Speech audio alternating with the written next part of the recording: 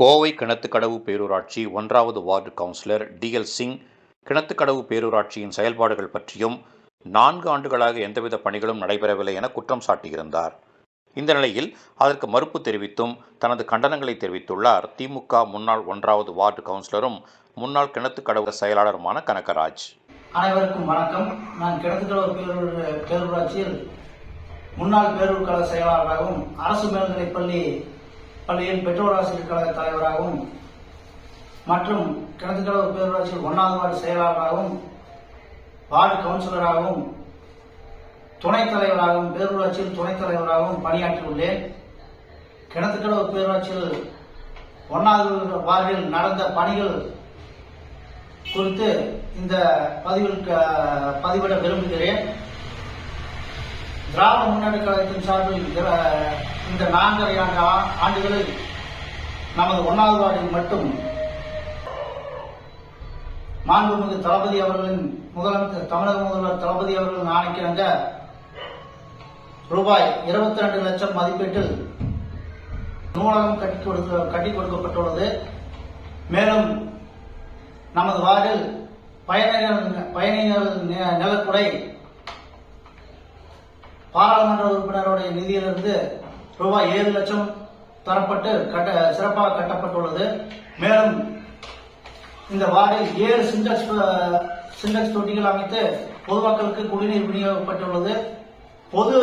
பொது குழாய் 5 குழாய்கள் இணைப்பு கொடுக்கப்பட்டுள்ளது. மேலும் 30 மின் விளக்குகள் புதிதாக அமைக்கப்பட்டுள்ளது.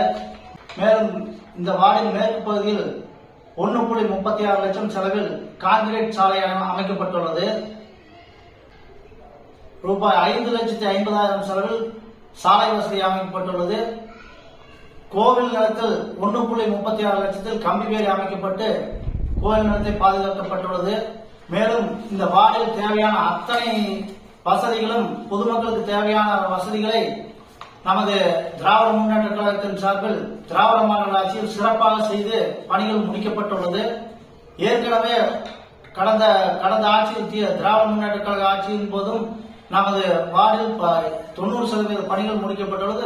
மேலும் இந்த 4½ ஆண்டு காலத்தில் மீதமுள்ள பணிகளையும் சுத்தமாக செய்யப்பட்டு பணிகள் முடிக்கப்பட்டுள்ளது.